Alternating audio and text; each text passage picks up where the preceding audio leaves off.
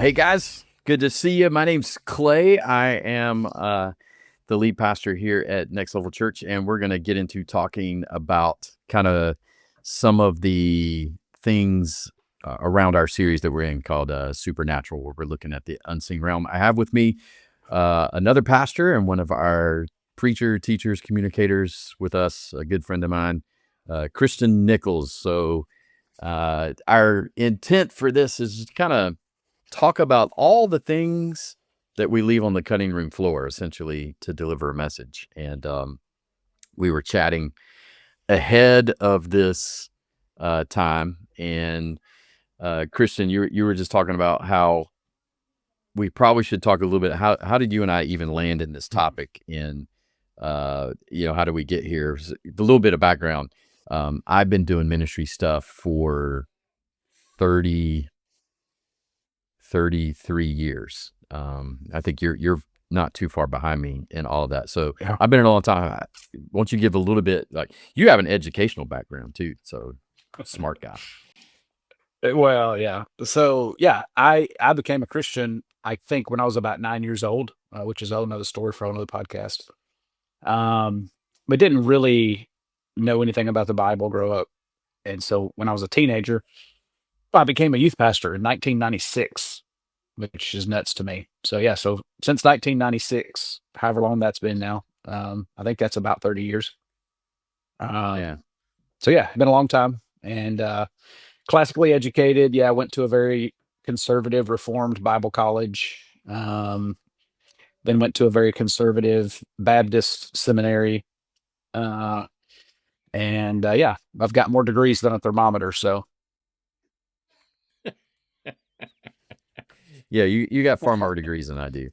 Yeah, I think uh, I got into the topic at large. Again, been doing ministry for a long time, and lead pastor, same as you, for a long time. And I kind of fell into it by necessity, honestly. Seminary, Bible college, all those things did not prepare me for the reality of doing ministry. Um, and I can say this, if you're listening, if you're not in ministry, I mean, all this applies to just being a Christian. Like, it just didn't mhm. prepare me for the attacks. And where it wound up with my wife and I is that we we kind of ended up here in Charlotte, and uh we were kind of at our wits' end. I mean, I look back on it now, and just the attacks of the enemy had beat us down to the point where my wife would cry herself. Uh, I would say cry herself to sleep, but she would get in a tub, because she loves being in a tub, and just cry every night.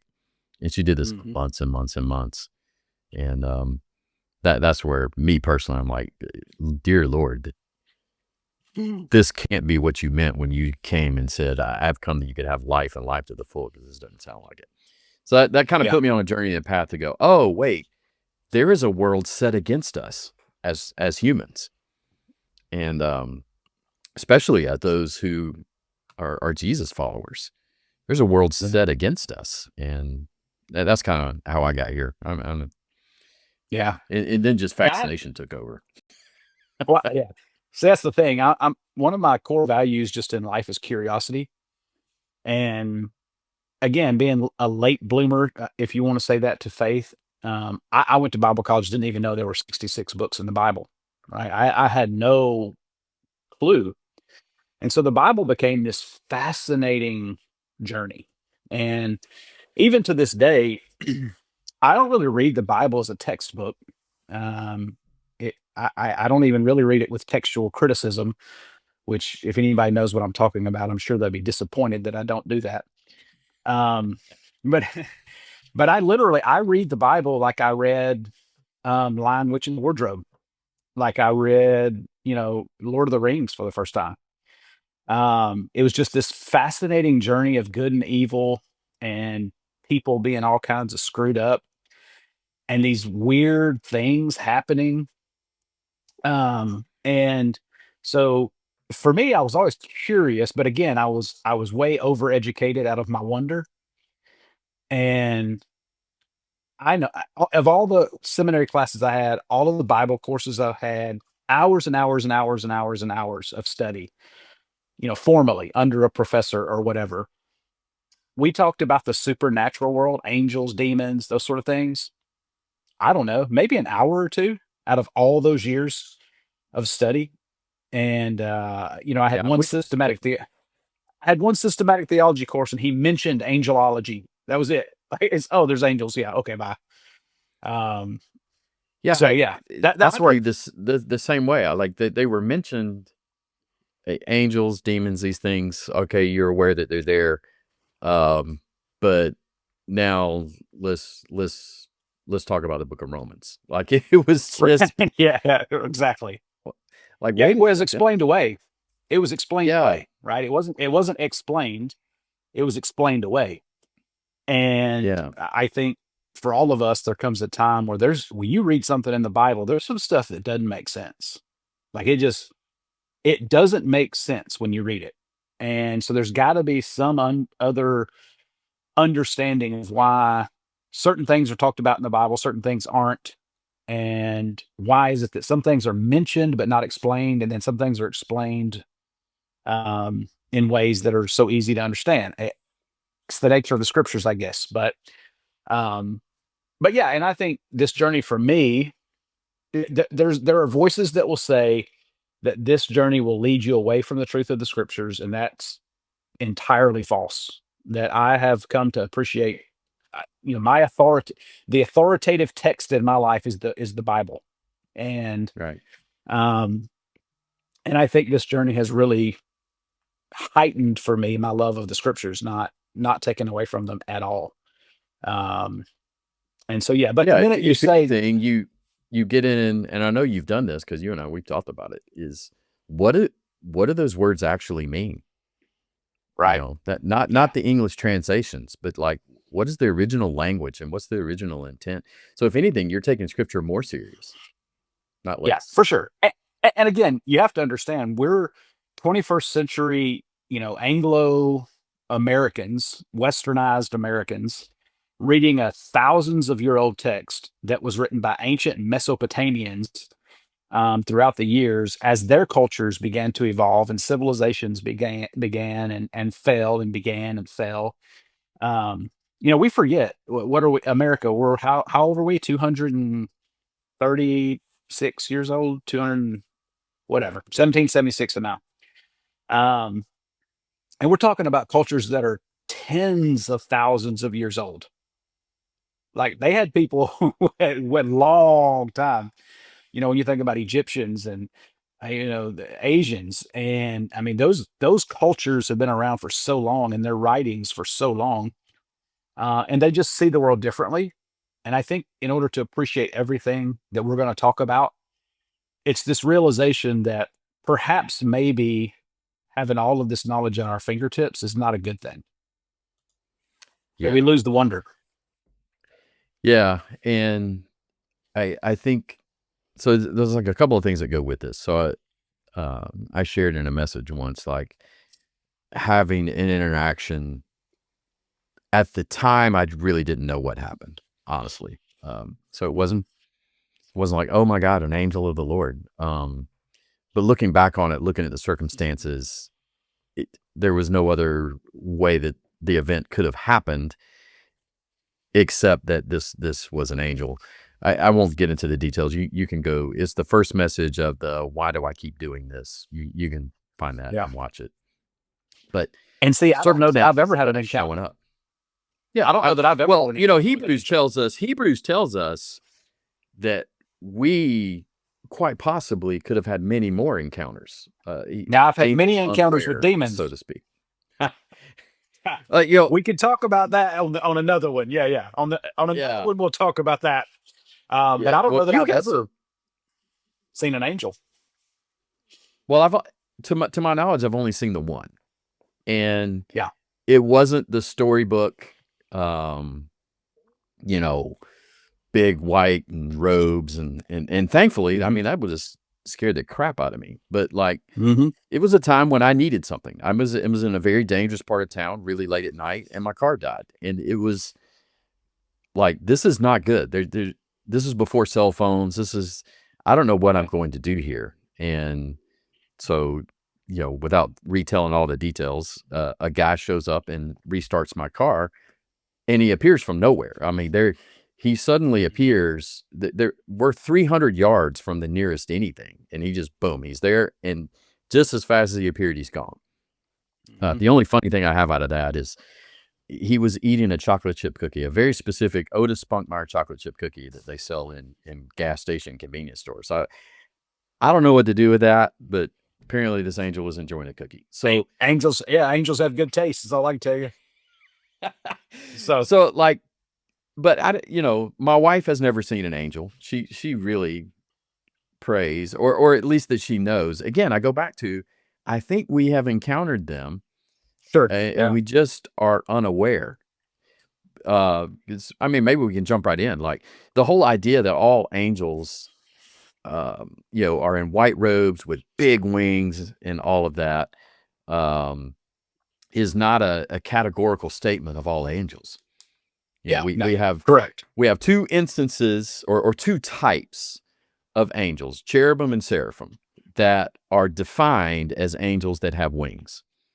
And Mhm. what we have done with, and we do this with a lot of things, demons, we do it with angels, we just about anything. We take an instance and then we try to apply that, to Right. everything.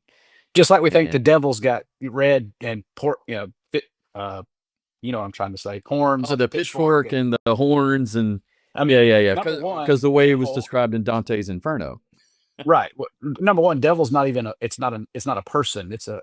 It's a just description of a being. The Satan, the same. It's not a person. It's not a being. It is an adversary. It's an accuser. And so, yeah, and so we apply that. And even those with wings, again, like you said, there's only two that we see in all of Scripture that have wings. They appear in Ezekiel and Isaiah, specifically. Um, and by the way, those are where in the throne room pictures. So the angels with wings, the only placement we have with them is around the throne of God or in God's presence, basically. Um, but even then, they're not cute little fat, cherubs like Right. you were describing Sunday. It's these aren't little cute things that you can buy at the store. These things, some of them are described with eyes all over and under and on top of their wings, and so, a couple of them are described. And again, language is descriptive. Hmm. It's not that these angels actually have multiple heads and millions of eyes. It's the writer's only way to put some words to something he just saw. Again, outside of his realm, he just got broken into the unseen realm. Both Ezekiel, Isaiah, John, you know, Peter got to see something outside the tangible realm. Paul saw something outside the tangible realm. And so they're just trying to put descriptors to something that they have no words for. Yeah. Um, Let's talk a little bit, because so this realm, you and I generically we'll just call it the unseen realm. right. And so if we define, there's our world, and then there's this other world, which in Mhm. scripture you'll see it as the heavens. Right. Like, what is the heavens? We think heaven, the place, Mhm. the golden streets. Like, the heavens is this world. So when you see that in scripture, the heavens, it's talking about this other realm, Right. which, as I mentioned on Sunday, existed before our world ever existed. You know, Correct. we think everything begins with Genesis 1:1. It doesn't. Um, I talked about the story of God in 4 acts. Genesis 1 Mhm. 1 is the beginning of Act 3. Right. There is a whole lot. And what we're talking about right now is a world that was created in Act 2. So Act 1 is just God by himself. Act 2, God creates this thing, the heavenlies, the heavens. Right. And that's where these things exist, that they're in this Right. world. And And God's purpose, I think we need to be clear that God's purpose in creating both the unseen realm and I call it the tangible realm. It's tangible for us. So God's point in creating the unseen realm and the tangible realm was to create family. Like that was his Exactly. purpose. It was to create family. And that's the language that's used. We're referred to as image bearers. We're referred to as sons and daughters. We're referred to as adopted sons and daughters. We're referred to as those who inherit. And honestly, the unseen realm, all of the creatures that we'll talk about through this series and how that works, but angels is what we're talking about today. They were created to be part of God's family. And so they have Yeah. designations, sons of God. They're often called sons of God. Um, so yeah, they're family members, and God created this spiritual family that is not tangible, right? It doesn't have flesh and blood all the time, which is a whole other thing to think about. And then we're around. We're a tangible realm to us, and we are flesh and blood. And it's fascinating to begin to understand that God's point in creating is to create family structure. Like that to me is just absolutely fascinating. Uh, Yeah, which leads us but it to also gives you, a little bit of a discussion that the message you're going to deliver in 2 weeks, uh, Mhm. which is a fun one. I give you the most controversial one, and I'll let you deal with that one. But I like, appreciate it. um, so these beings that are created, because this honestly is a pretty interesting point. They are called, all of them collectively, Elohim. Yes, Like that's the so Hebrew. That's the all Hebrew word. right. The Hebrew word for all of these creatures in this world, I call them creatures, whatever you want to call them, all these beings in the other world are Elohim. Correct. And I know that All gets of them. really confusing because God himself is referenced literally 100 times, 200 times or so as Yeah. the Elohim or Elohim. Correct. Sometimes we just see Elohim, the Elohim. Like Yep. all these things are Elohim, but the distinguishing factor is, but there is no Elohim like Yahweh. Right. Like He's a very distinct Elohim. exactly. That is the distinction that the Hebrews get in their scriptures, but we don't, because we just see Right. everything as God, God, God, God, God, God, God. You see Elohim, you say God. Well, And that can get we were confusing. taught we were taught specifically in Bible college that there's capital G and then there's lowercase g, which that means fake or false, which isn't the case linguistically. Yeah. This doesn't create a problem for monotheism, right? I think that's the tension that people think. Oh, wait a minute, there's more than one God. Yes, there is. There's only one like Yahweh. He's the only Yeah. one like him, and so yeah. That descriptor. Here's how I wrap my mind around it, Clay. So if you just think about, again, we're talking about a family structure. So if you want to think about it, we're all humans, right? Like God created Mhm. humans. And in that, you have a man and a woman. Um, Eventually, we would go on to have man and woman, and then we would have different nationalities. So then, okay, you're Israeli, or maybe you're Mesopotamian, or we're American. Well, underneath that, you have we're a doctor or a lawyer or a teacher or a. And so if you begin to think about this umbrella term human, the umbrella term for the spirit world is Elohim. And then underneath Elohim, you have angel, you have, all these different words that if you want to get into them, we can. If you don't, that's fine too. But all these Greek and Hebrew words that we've come to know in the scriptures that give the designation, like this is what this Elohim does. This is this Elohim's function and kind of purpose. Just Yeah. like under the umbrella God created humans, then we have our individual purposes and lives, but collectively Yeah. we I, live under I this family. well, I think that's a valid way to look at it because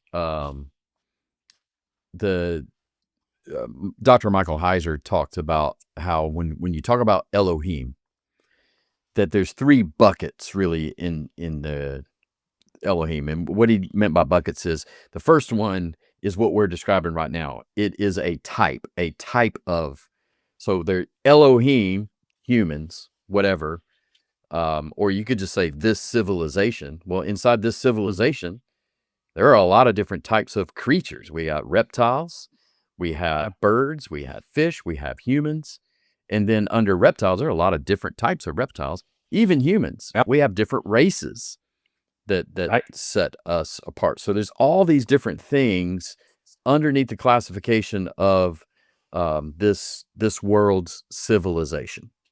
So what we're talking about, unseen, Elohim is describing that civilization. There's lots of created beings inside this. So there's like one bucket. Okay, well, what are we talking about? What type are we talking about right here? And that's where those names begin to matter. So you can have cherubim. You can have a seraphim. You can have a watcher. Like you have all these different types. A heshmal. You can have a cherubim. You can have. I mean, yeah. There's lots of different ways to describe these spirit beings by the way they function. Again, so that's like the first bucket. Right. Okay, what are we talking about right here? Oh, we're talking about let's just say a cherubim or a seraphim. Oh, okay. These are pretty fierce creatures that guard the throne room of heaven. Okay. And the gates of Eden. Yeah, they were put at the gates of Eden. And Peter says they also show up in the throne room. And at least they show up on the ark. So there's a whole other group that are at the gates of Hades. And so what are they guarding? Are they keeping out or keeping in, right? Yeah. Whole nother discussion. Well, so you have that bucket, okay? And maybe for some of our listeners and people in our church, the idea that all angels aren't generic is a little already mind-blowing. Right. Like, no, there's a whole variety of creatures, beings. Let's not call them creatures because they're spirit beings. Are a lot like us. They're spirit beings. There's a whole bunch of them, and they're different. There's different types.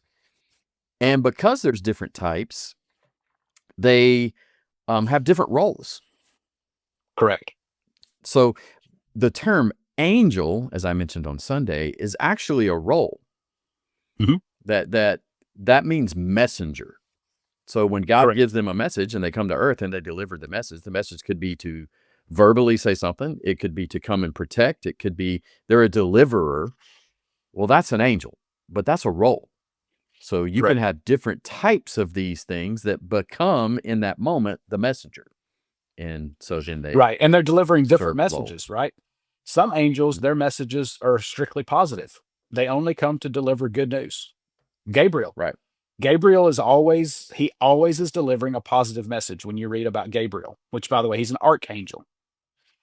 And so, which is a whole nother, that's a designation. There's a hierarchy, right? In a created the third bucket that Heiser mentions is now there's a hierarchy. Right. So there's a type, they have roles, and inside of all of that, there is a hierarchy of essentially probably how close they are to Yahweh himself. And correct. So, and what he has them do. They all have a purpose and a function. Gabriel delivers positive messages. Michael delivers messages of war. The angel of the Lord has been seen, which you talked about Sunday. That's a unique term used for an angel that more than likely is what most people would call an appearance of Jesus before the incarnation or Christophany or theophany. And so what he came to do was very specific to the nation of Israel at the time and then the end of time. And so, so then that bucket is then, well, what do they all do? And then inside of that, even you've got, okay, but then there's good ones and there's evil ones. There are some that have chosen, in this created world, just like in our created world, there was this rebellion where some of these created spirit beings decided, I want to be like God, the Yeah. Elohim. I want to be like that was, that was the whole conundrum for Adam and Eve. You're going to be like God, which I've always said they didn't realize they were already as much like God as they would ever be in that moment, right? Perfect in relationship with Him, perfect in relationship with one another. But they thought something was missing. They were deceived. And so then inside that, you've got evil that try to deliver messages, that's wild to think about. But their whole goal is to deliver these messages, and they don't work for the Elohim. They're not bringing his message, right? Right. We forget that there's this evil bucket of these things, these beings, That who are are bringing delivering. a message, Yes, just correct, not. all the time. Yeah. Yeah. Their message is, and I'm going to talk about it this Sunday. Yeah. I guess a little bit of a teaser to talk about the fallen ones. Uh, theirs is all to deceive you away from the message of God and the Right. love of God. Um, His grace, His mercy, Your identity. His justice. Yeah, like they are just their message is just full of deception. Like they bring a Right. message. Yeah. It And just so, yeah, it, angels. So yeah, all of those things. And yeah, well, yeah, we may or may not want to get into all those things, but there well, are. we're going to talk about the fallen ones next week. And we can talk about rebellion. We all know the first rebellion, but there's actually three rebellions that show up Right. inside of Scripture, and we'll get into those things. Correct. But yeah, Yeah. We only know the tangible one. That's the only one we understand because, yeah, you know, I, I was talking with my son. My son had some questions after Sunday, and so we were just talking through that some, and he was we were talking through it, and something occurred to me. It's like, I wonder if the unseen spirit realm has their version of the Bible, like their story. I wonder if they oh, have this, because their again, own creation story and the rebellion right, and everything else. Well, why wouldn't right. I? That's an And who interesting knows? thought, though. Like there's a book Uh, of their story. right. Hmm. Yeah. And maybe it's the book of Enoch. I don't know. But um they they so yeah, so they have a beginning, right? So they have they were created at some point. They were created with form and function as an image bearer, just like we were created as an image bearer, just differently. And then they had purpose. They're going to carry out, building Elohim's kingdom and the Elohim. And somewhere along the way, which we don't have as much information on, but we just know that at some point, some of those spirit beings decided, I want to do it my way and not your way. And that caused a cosmic break, um, that still ripples, right? It's still rippling until Jesus steps foot back down and says, okay, this thing's all new. Um, and so, Yeah, yeah, it's there's a interesting how war they. between there's a war that's between those who remain loyal, which is Right. the majority, those who remain loyal, and those who rebelled. So That's a good point. That's a good point, Clay. Most people think, again, how many angels are there? How many did God create? Well, we don't know. The scriptures say myriads upon myriads. That's in the book of Daniel. So the term myriad is kind of one of those things, like it's kind of this, it's like when we say tons and billions tons and and tons. billions. Yeah, Yeah, yeah. trillions and Like quadzillions. We don't know. We don't know how many they are. Um, mhm. but we know that they're created. We know that they chose to stay loyal, chose to rebel. And we know that they still have this function and are warring with each other for Elohim, the Elohim, Yahweh, Yahweh Elohim, or against. And on this tangible world, there is obviously, under our umbrella of created humanity, there are those that are adopted sons and daughters who do, at our very best, I guess, try to follow and obey our King, the Elohim, Yahweh. And then there is that is in opposition. And so this heavenly realm, when it was introduced to the earth in Eden, that's where the heaven and the earth met for the first time. And then it was broken. And somehow, which we'll look at, I guess, in one of the next rebellions. And then all of a sudden, they wanted to insert themselves into humanity because it was like, whoa, whoa, hang on. He can't just go start a whole new family somewhere else and make this thing great. Like, we can't allow that. And so, yeah, so their whole thing now is we're trying to carry out Yahweh's, um, wishes and build his kingdom and his family. And then there's that I want to destroy everything about his kingdom and his family. And that's Yeah, and we as humans the are caught in battle. the middle. Yeah, we're Correct. just We're pawns to some degree, yeah. I mean, negatively speaking. yeah, the enemy sees us as pawns. God Yeah. sees us as much more than that. Oh, yeah, Um, absolutely. and I think this rebellion. So you've got the first rebellion. If we get into these, like the one they rebel in The him. spirit There's rebellion. a rebellion in Eden that you talked about, where this creature convinces God's new creation to rebel against him.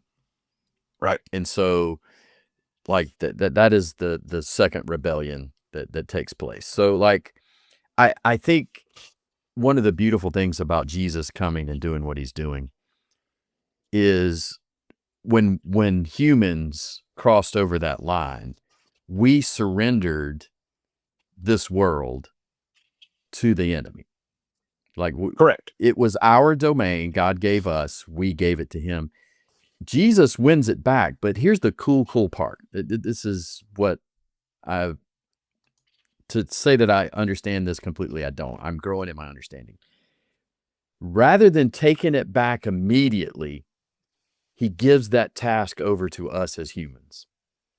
Mm-hmm. And we are called upon to let your will be done on earth as it is in heaven. We have a legal right to do that. And it's almost like God is saying, hey, the same instrument that handed the world over is the same instrument by which I am going to retake it. I just think that's, Correct. and that's in our role. That's our role, is to bring Yep. the will of God to earth as it is Yep. in heaven. And then, so what are angels? So what are angels' roles in that? Well, God sends angels to give us messages. He sends angels to do work on our behalf. He sends angels to fix our cars when we're broken down in the middle of the hood.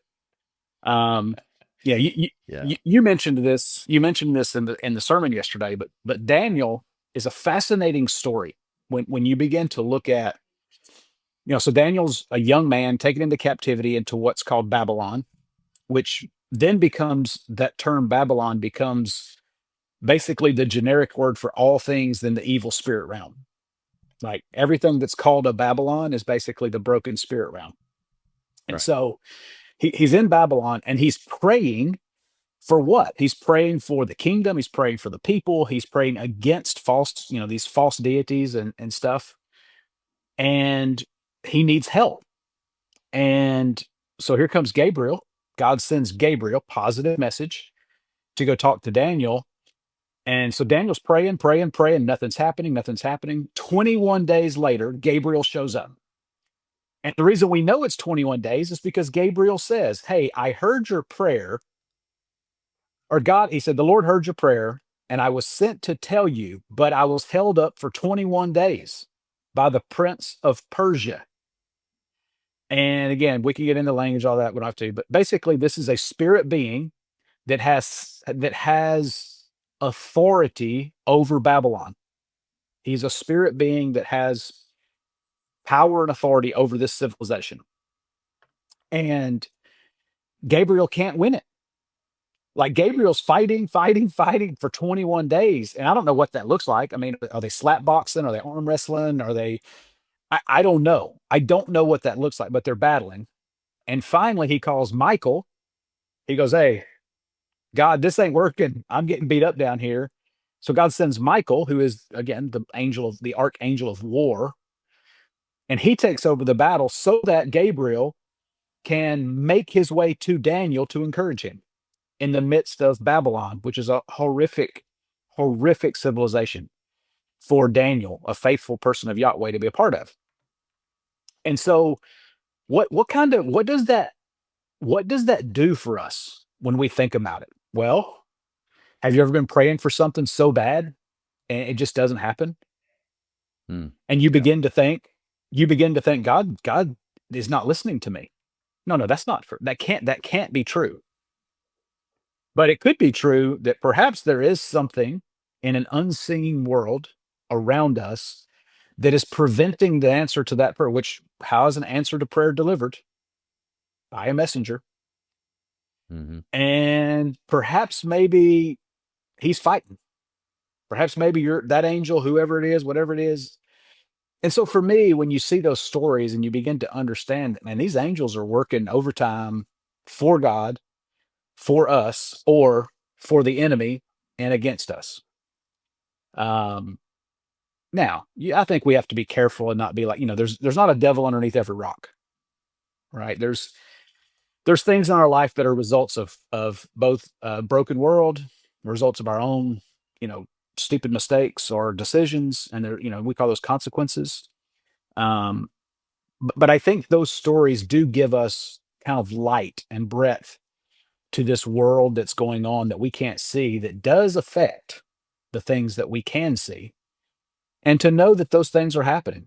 And I don't know about most people, but for me, it's encouraging to me. It may not be encouraging. Maybe it's frustrating to somebody else. I don't know. And I think maybe at times it can be either. Maybe sometimes it is frustrating, but just to know that these beings are working overtime, in some shape, form, or fashion to try and deliver God's message to you or his provision to you or whatever. Yeah. And there's this whole other realm.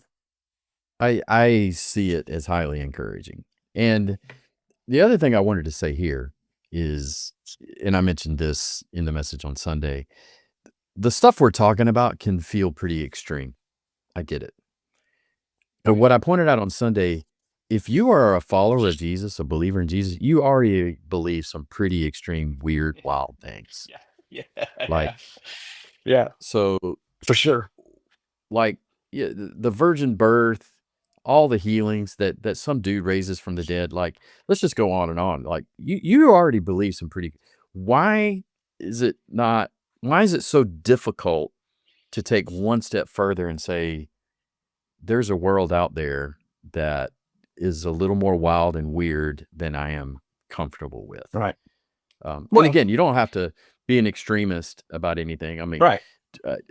Two people can run out of gas and one will declare it spiritual warfare and the other will ignore it altogether, and just like, whatever. And sit on the side of the road and blame God. Right. Like, you don't have to be extreme other way. You don't have to deny everything, nor do you have to like go all in. But somewhere in this there's a really real world with good and bad. We're just trying to stay on talking about the good stuff here. Well, yeah. And I think I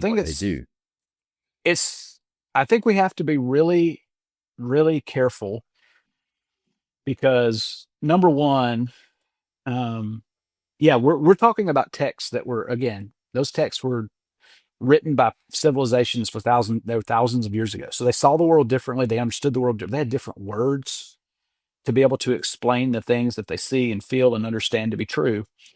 And somewhere throughout history, I mean, I can pretty much go ahead and tell you it was the Enlightenment. But somewhere throughout history, we stopped looking at things through a wondrous eye, and we began looking at things through a philosophical, scientific eye, which those things aren't bad. I am not juxtapositioning either of those. I'm just saying that was the shift. And so the reason why it seems so extreme to us to say, there are multiple Elohims. People are like, no, there's not. There's only one God. No, there's only one Elohim, like Yahweh, and that's Yahweh. But there are lots of Elohims. Well, that concept is hard. These Elohims are very powerful. They're very powerful. I know you're going to get into this in 2 weeks. These rebellious Elohim. I hope you don't think that I can do more than I can do. These rebellious Elohim, they have powers.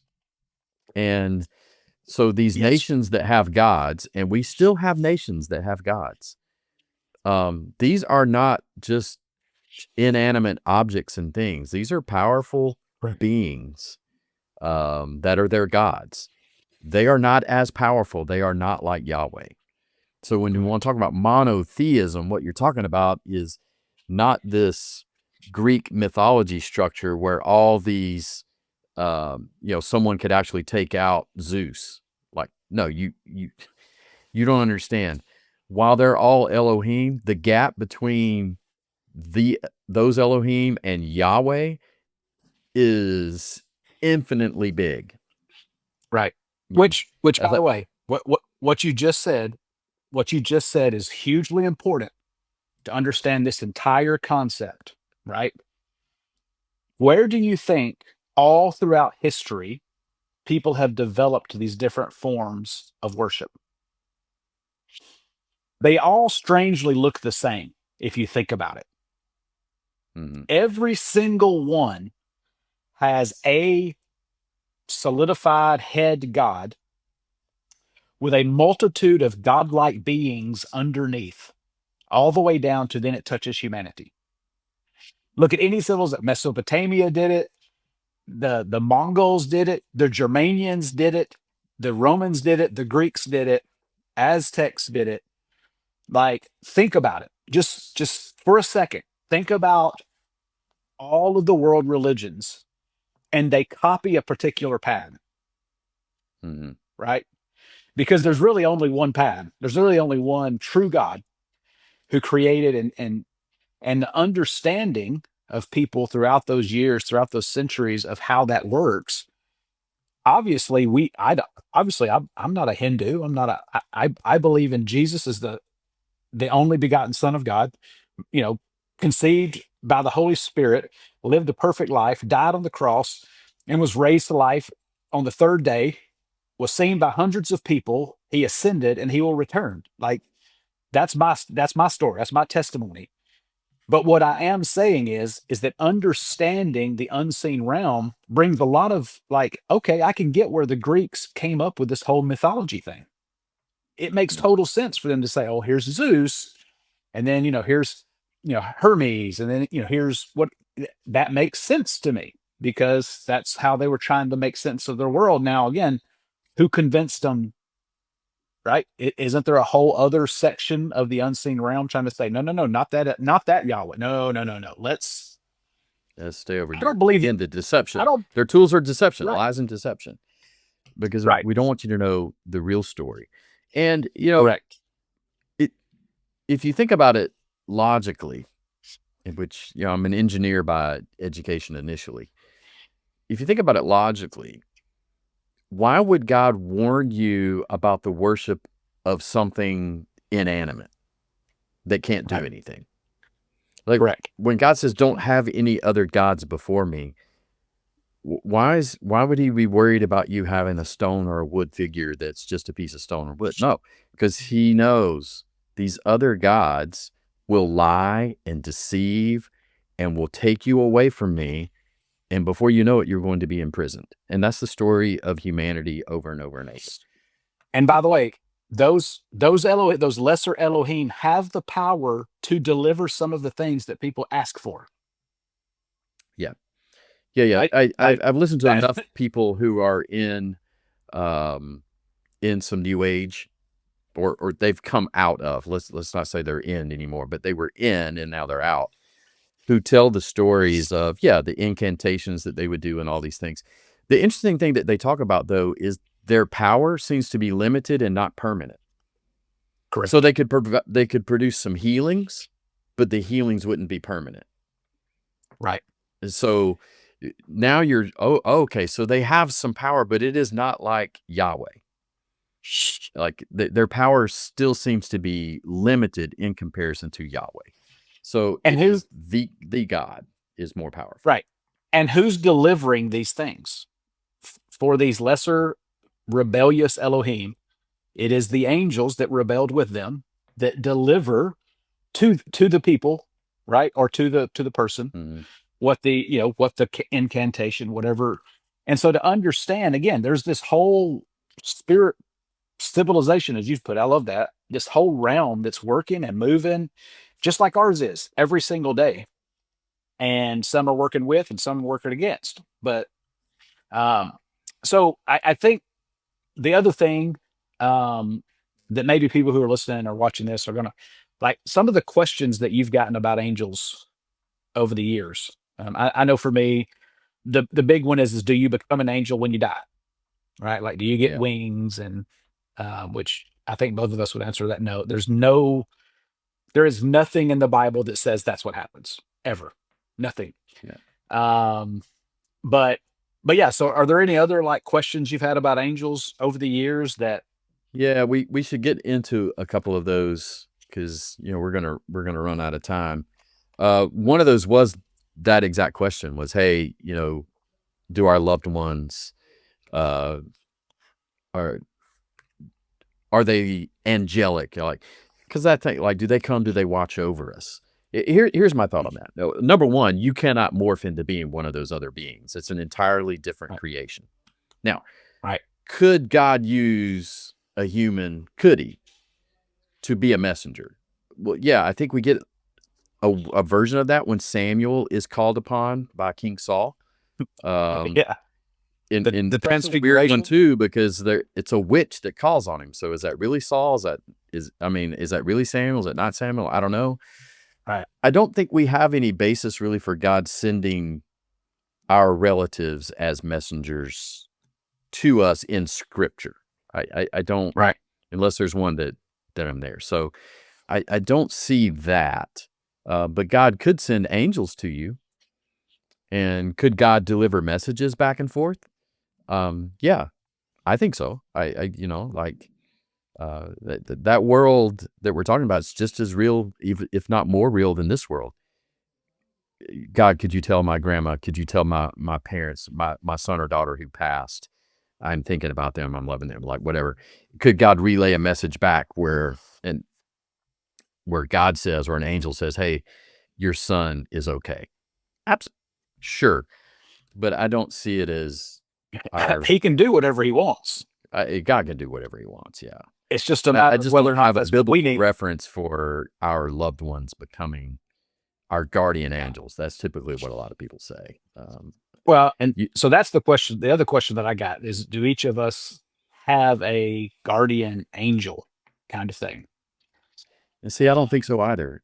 I think there's times when God sent one to me, but I don't Yeah. think that dude with the chocolate chip cookie is just hanging around. I mean, I mess up all the time. Right. Maybe he is around, and that's why I'm still alive and not dead. I've done a lot of dumb things in my life, but Yeah. Trust me. I know. I just don't think they're sitting around because that idea means that they're our bodyguard and that they're our beck and call. All Not scriptural. angels, all Elohim, at least the ones that are loyal, are under the authority of God. Hmm. They work for him, so to speak, first. Yep. And if God says go do, then they go do. Not because you do. At We can that ask God. I ask that God all the point. time. Like I was walking through our sanctuary yesterday when I was setting up something, knowing that our topic is going to be about the fallen angels and different things this next week. And I asked, I didn't command, I didn't do any of that. Like, God, could you send your angels now Hmm. to encompass this building and this property? That's up to him. I can ask, but that's up to him. We Yep. we don't command angels. God does. Right. Yeah. And again, that's the provision point. That's the messenger part of an angel. God sends a provision to us. Think about when Jesus was in the wilderness, who brought him sustenance? And an angel. When Elijah Yep. laid under the broom tree, who brought him bread and water? An angel. So they deliver. They deliver things that we need when we need them. Um, and so, yeah. So, do we all have a guardian angel? No. Do angels guard over us at God's command? Yes. Yeah, and scripture says he sends them to protect us and guard over us. In addition to the very direct references that you just said. But yeah, I don't think there's one like assigned. to us. Well, Could there listen, be? if there was one, if there is one assigned to me, he's tired. He he's He had needs a 50 new years aside. of If he needs a couple of weeks off after we pass from this he's world. he's had 50 years of misery if he's mine. So I apologize. Yeah. So those questions, and then someone else asked a question about why do some people see angels and others don't. I think that came from a frustration of they really like my wife really wants to see an angel. Mhm. Here's what I would say. I said it in the beginning. I don't know that you haven't. Right. Um, you know, and some would argue with me that the person who helped with my car would not, because again, they weren't fierce. They didn't make me afraid. Right. It wasn't all the other stories where these other messenger angels show up and people just freak out. I'm kind of glad because I was already in a pretty freaky, condition being in a bad part of town. But I Right. don't know. Maybe you have, maybe you haven't. And man, I think the person already knows the answer. People are going to see what people see, and God's going to send them wherever God sends them, at least the ones that you visibly get a picture of. Um, Right. so, Now, here's how, I don't know. I guess it's about time to wrap up. In the book of Hebrews, the writer of Hebrews talks about how we're created a little lower than the angels, but we will judge them one day. yeah, that's So I think we also forget that just like there will be an end and a judgment to this broken world, there will be an end and a judgment to the unseen realm, to the spiritual world. And most of the judgment passages in our Bible, by the way, are talking about that judgment, not human judgment, which is a whole other sermon too. Um, but I think it's incredible to know that we as image bearers, in the sense that we are redeemed by Jesus, that one day we will be able to sit among those Elohim as sons and daughters of God ruling the universe beside our King. I just think that's fascinating to me. It makes God so big, it makes me feel like I have worth, right? And God has this plan for me, not just to do the things that I'm doing now, be a good husband, dad, granddad, friend, pastor, businessman, coach, speaker, whatever. Have all these things that I do, but one day we're going to spend the rest of our lives doing the things that angels do now and that yeah. the divine council does now. And that to me is what makes all of this fascinating as we continue to walk through this series. I hope people really lean in and just kind of take it in, think through it, have conversations about it, because I really think your relationship with Jesus, but also your relationship to other humans and to this world in general that we live in, will take on such a greater purposeful meaning if you can just understand this whole thing and the way that it fits together in God's big narrative. Yeah, and that kind of as because we didn't want this to go on forever.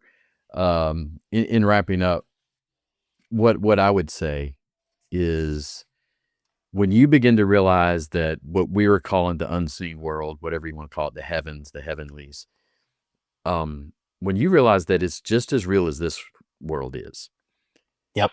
as a follower of God, those who join with the loyal Elohim of God, the loyal ones who have stayed loyal, it should change the way you pray. I mean, it should. And what I mean by that, your prayers don't just go out and hit the ceiling and come back. They are entering into this other realm that, in a way that I don't understand, is powerful. Because one of the things we could talk about, God can do anything, can. One of the things he chooses to do is only do things through the prayers of his people. Now, certainly he does things without that, but many, many times he wants to do something. He says, I need you to pray that. Well, somehow that goes out into that world and becomes powerful. So just know your prayers are powerful. The second thing, when you gather with other people or you sit on the bank of a river in the mountains, I was up in the Rocky Mountains and just like in awe. Anytime that you worship, you are joining in something that has been going on since before Genesis 1:1. Yep. And we get to enter in to that. I think as believers in Jesus, we just need to understand that. And then the third thing, which gets into the next message, you need to be aware of evil, but you don't have to be afraid of it. And we'll talk next week when we redo this podcast. But as part of the message, I'm going to give you prayers you can pray. There are things you can do. Christian, you got some crazy stories about some encounters. I don't really have a whole lot of those, but I can tell you, I have stories of encountering evil and how I've prayed through it. And we're going to give you all of those things. I think just understand that you can have an awareness of this other world without becoming one of the Fruit Loops that you see, on YouTube as well. Like, there is an acknowledgement that world is there. Even science is beginning to acknowledge that. We've had physical science, which is the world that you talked about that began with the Enlightenment, that if I need to measure it, and if I can't measure it, then it's not real. But we now start having quantum, this new metaphysics, but quantum physics and all of that is unexplainable. Like, it is one of those weird, strange things, but that's real too. Yep. It's as real as you and I. Science is beginning to point to a world that is real that we just can't see or understand. So, for sure. Anyway, but it's fun, man. We're going to have a great time through this series. Yeah, man. No, listen, just know I guarantee you've entertained an angel whether you know it or not. So be careful. Be careful what you say and do. In typical Christian fashion, be careful who you're cussing out in a roundabout. It could be an angel in that car. Next level inside joke. Next level inside joke. All right, guys. Y'all have a great week. We'll see y'all on Sunday. Later. See you Sunday.